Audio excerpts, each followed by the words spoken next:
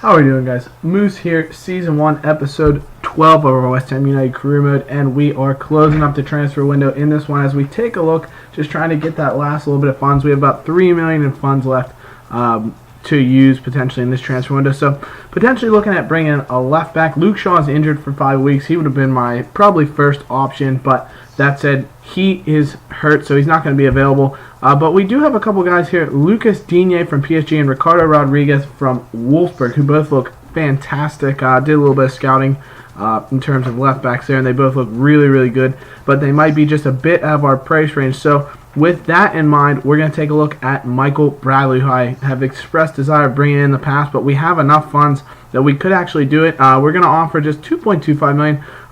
Kind of trying to lowball him a little bit. I don't know how much he's necessarily worth. So we'll just go with that and see where they go from there. It'd be huge to bring him to slot at CDM, potentially alongside Noble or in a different formation, which we'll get to later in the episode. But obviously you see back about Rodriguez, they want £10 million, which is a huge sum of money, especially for a left back. So definitely not going to be making that move. Digne comes back next at £7 million.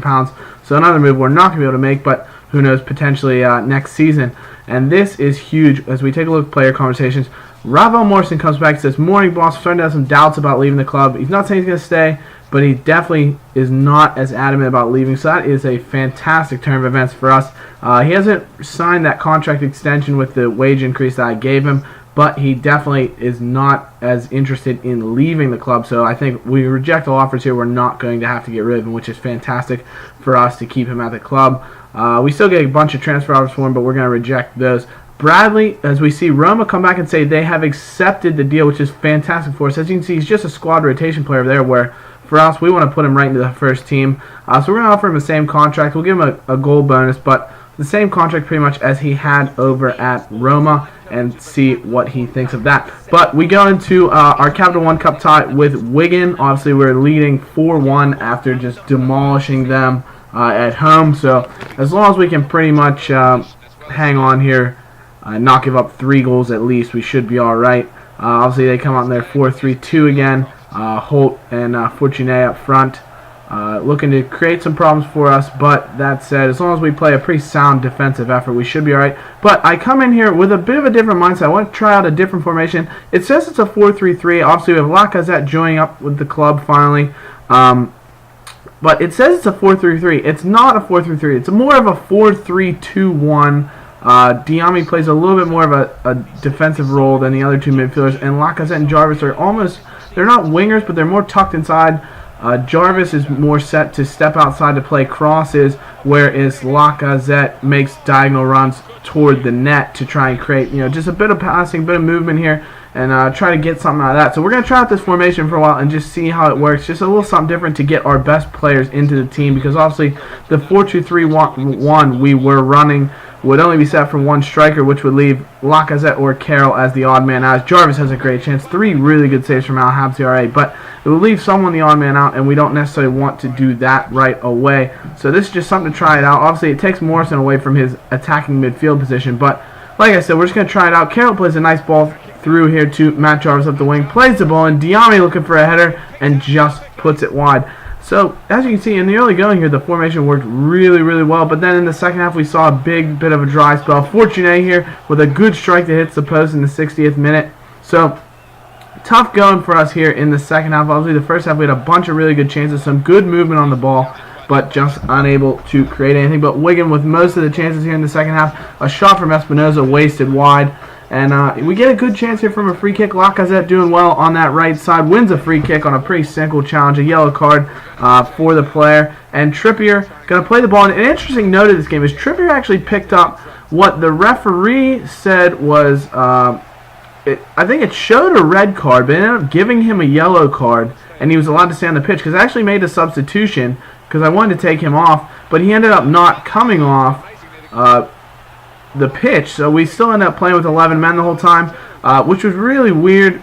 You'll see, so it sort of just glitched out on me. Tompkins here picks up a yellow in the box, which I didn't think was a penalty. If you go and rewind to the chance we had just before this on that free kick in the 81st minute, Carroll looked like he should have been granted a penalty in the box for getting absolutely leveled as he went for a header. but turns around the other way. Wigan get a penalty, and McManaman slots it away. But that's how the game would finish. So a 1-0 loss, but that said 4-2 on aggregate. We will go into the Capital One Cup final looking for some silver, which is fantastic. So really excited about that one to get through. But like I said, the whole Trippier situation is weird.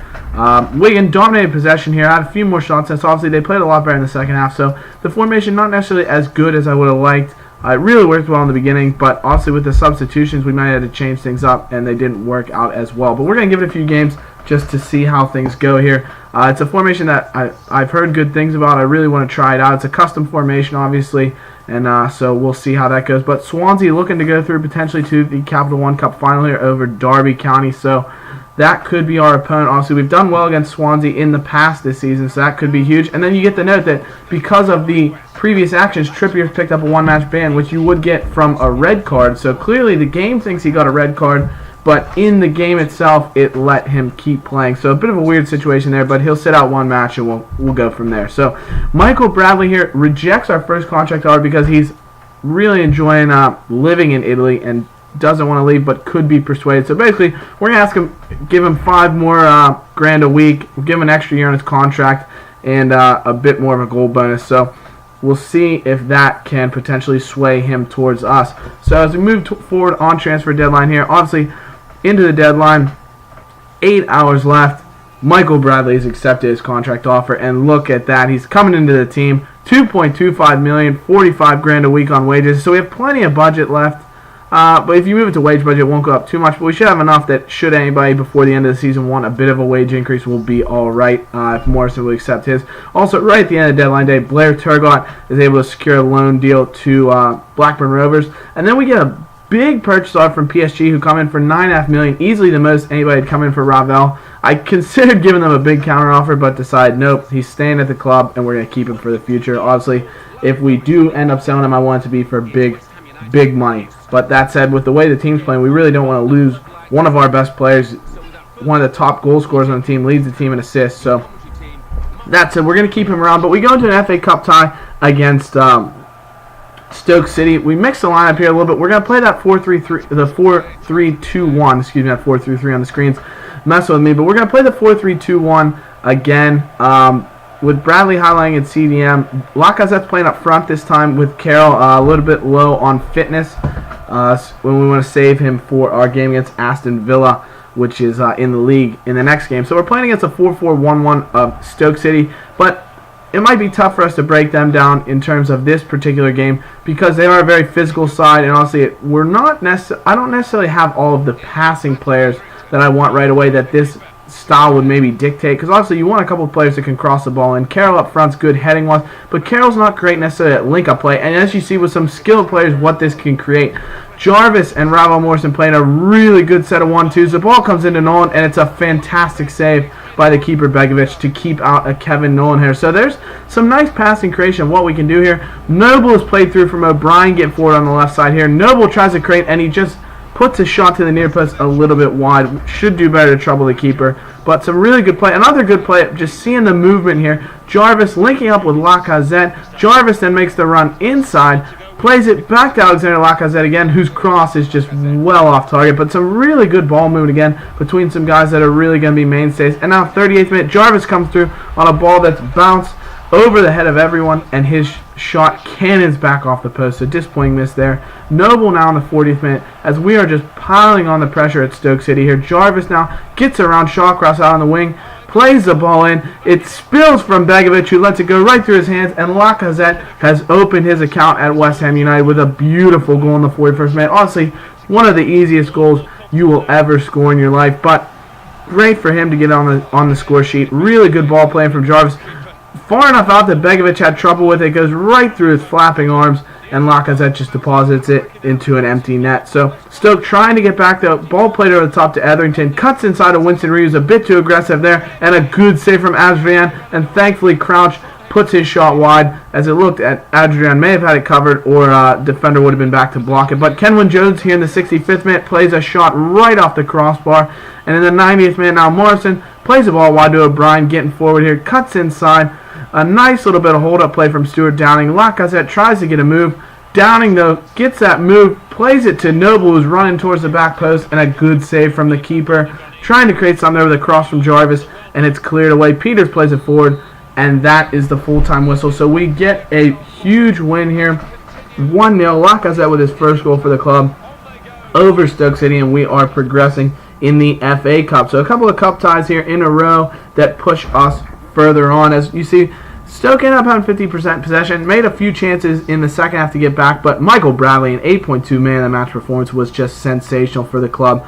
Really good performance. Lacazette up top played really well as well, as did Jarvis. They linked up very well, as you saw together on a few different plays. But we go into our last game of the episode here against Aston Villa, away at Villa. Obviously, they beat us 1-0 at Upton Park on the back foot, as we dominated them for most of the game. As you see by the league table, we've really just had a great run of form in the league lately. Really been playing well. We've also had not too tough of a schedule there. The games that you'd expect us to lose, Chelsea, Man United, teams like that, we have lost.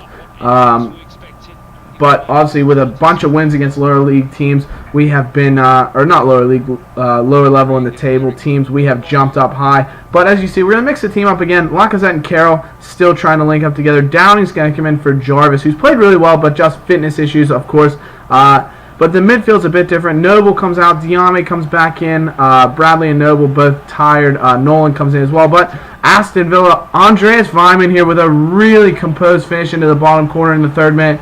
Puts Aston Villa in front, obviously, and that is just a huge rock to put us behind in the 3rd minute. A really good piece of play here. Nice little bit of skill. Gets away from the defender, just creates enough space for himself to get a shot off, and it's a really good finish in the bottom corner. But Carroll plays the ball to Ravel Morrison. He plays outside to Razvan Wright, who has so much room to work with here. Looks to just work something in from the wing. Plays the ball, and you expect Carroll to do much better with this header as he plays over the top and just misses there. But Nolan going forward now. Carroll again is able to make something happen. The ball eventually finds its way to the feet of Stuart Downing. A great shot, and what a save from Brad Guzan.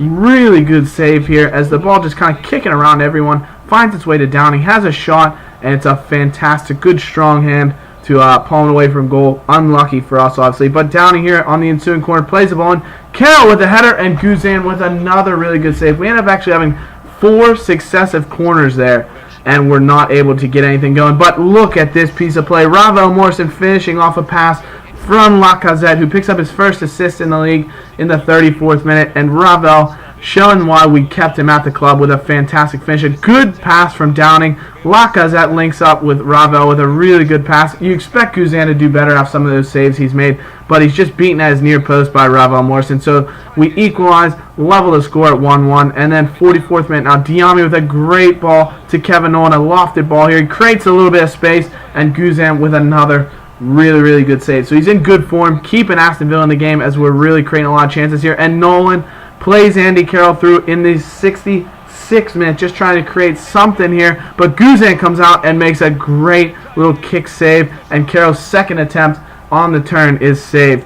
68th minute now, another ball in for Carroll. He's having a ton of chances, and Guzan again comfortably is able to cover that one up. So we're going to make some substitutions here in the 79th minute. Michael Bradley coming on, notably, to try and create something here for the team. Vazte as well. So some big substitutions here, potentially trying to create some odds. But a great tackle from Diame. Lacazette plays the ball to Matt Jarvis. He sees the runner, Ricardo Vazte, lofts the ball over the top, and Vazte in alone on goal, chips it over the top of Guzan, and it's 2-1 to West Ham. Ricardo Vazte literally just substituted on his first touch of the ball, takes him in on goal, and he pops it over the top of Brad Guzan with a beautiful chip.